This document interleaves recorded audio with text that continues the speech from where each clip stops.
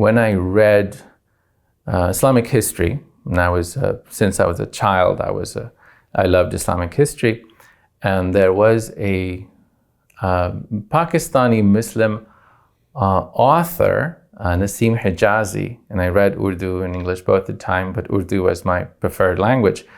And he wrote Islamic history in such moving style, and I think it is through his books, as well as the poetry of Allama Muhammad Iqbal, rahimahumullah,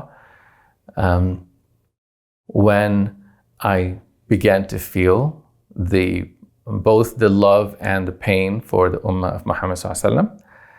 And I felt, especially given how much suffering Muslims have to encounter today, and it's only increasing, as is as well the awareness of Islam and many good things, alhamdulillah. I think that story of self-respect and solidarity, that we will not let even one Muslim woman, man, or child suffer without responding. I think that was a moment when I felt I sort of knew my calling.